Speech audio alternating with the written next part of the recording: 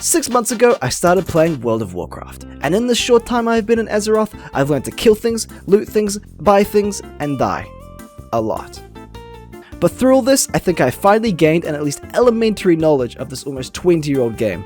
So here is my review of my experience so far in World of Warcraft. With things like turning into a Beyblade, riding dragons, fighting your way through hordes of enemies in dungeons, and playing Pokemon? As someone who hasn't really played any MMOs, I wasn't really sure what to expect, but I did not expect this.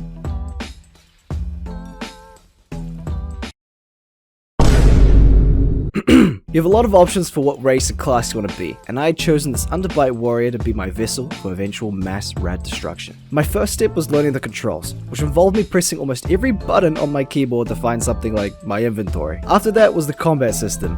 My combat style was pretty straightforward. If the button glowed, I pressed button. Just button mashing my way through any form of combat. And over time, I eventually learned what order to press the buttons. And eventually you gain access to a skill tree where you can choose skills and abilities that fit in with your playstyle. But despite my keyboard fearing for its life whenever I saw my phone, I found the combat actually quite enjoyable. Maybe it was because of the class I chose, but there was just something satisfying about becoming a Beyblade and swinging around this big ass sword and demolishing dinosaurs. And now, you might think that after a while this could get repetitive, but the game manages to offset this by increasing the difficulty of the monsters as you progress. Eventually, bosses and monsters have specific mechanics that you have to learn, but fighting monsters and leveling isn't the only thing to do. There are different mini games like this one where you have to collect resources to upgrade a fort and invade the opposing fort, or PvP, which I did try but would pretty much die instantly.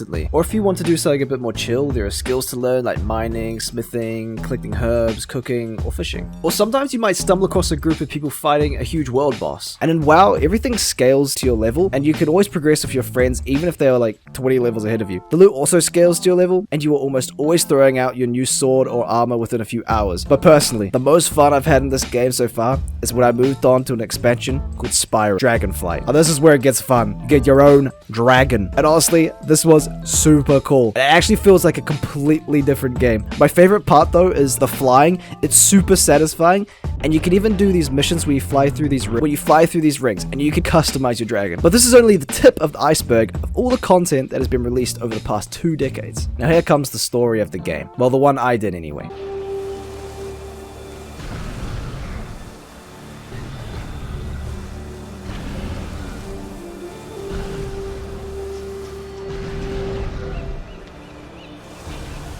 While a lot of quests are copy and paste, collect 10 swamp hippo toenails, which after a while does start to feel tedious and repetitive, and while in the beginning I was reading every single quest, after a while I did start to skip over reading them. But when it comes to the main storyline of the expansions, or this quest about some giant sword that apparently nobody can see, this is where it redeems itself. My only problem is that I hadn't played the older expansions, and the game forced me into one of the more recent ones called Battle of Azeroth, which means that I didn't know anything about the story that had happened beforehand, and the game never really catches you up on the details either.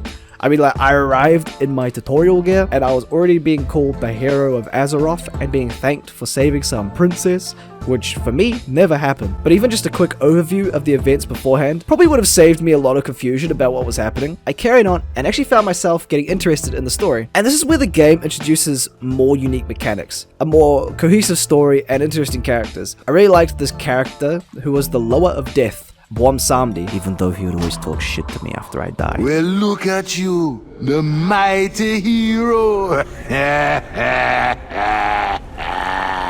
But probably the most important part about quests in WoW is that it gives you some incentive to actually explore the worlds.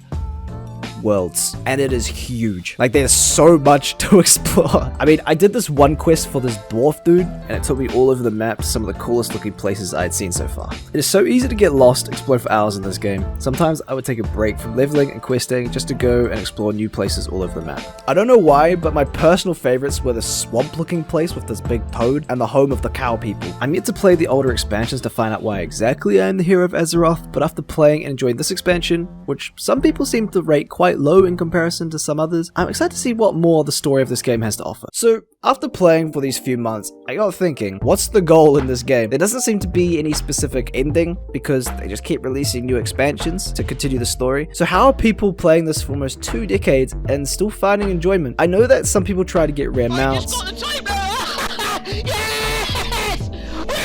Some people just farm raids and dungeons, some play solely for nostalgia. Hey guys, Let's do this. Leroy Dragon! Some do this. You got a tight little man pussy on you, don't you? Oh, it stinks.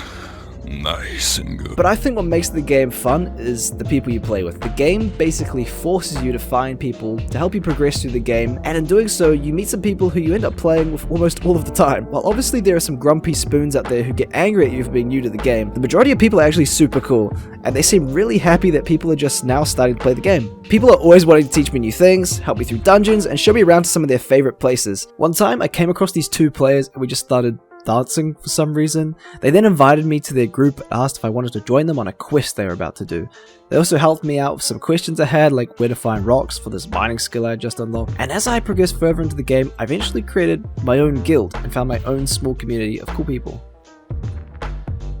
Some of the stories I've heard from people are how they've met their wife or made life friends from WoW. But even though I'm really enjoying the game, sometimes it does feel like I'm watching a movie after missing the first and most important half. And after hearing these stories, it feels like maybe I missed out on the reason why so many people love the game in the first place. But hey, you never know what the golden days are until you're in them, right? And maybe I'm in mine right now. So should you try WoW? Absolutely. Especially if you can get friends to join you. And if not, no stress, I'm sure you'll find some along the way. So, my final rating. I'm going to give World of Warcraft a...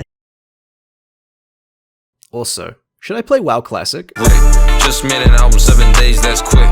Boobies going up and down, she's fit. Hold up, wait, rewind that shit. Got uncut gems, Adam Sandler clip. She a vegan, she got a thigh gap. Get my BO smoke.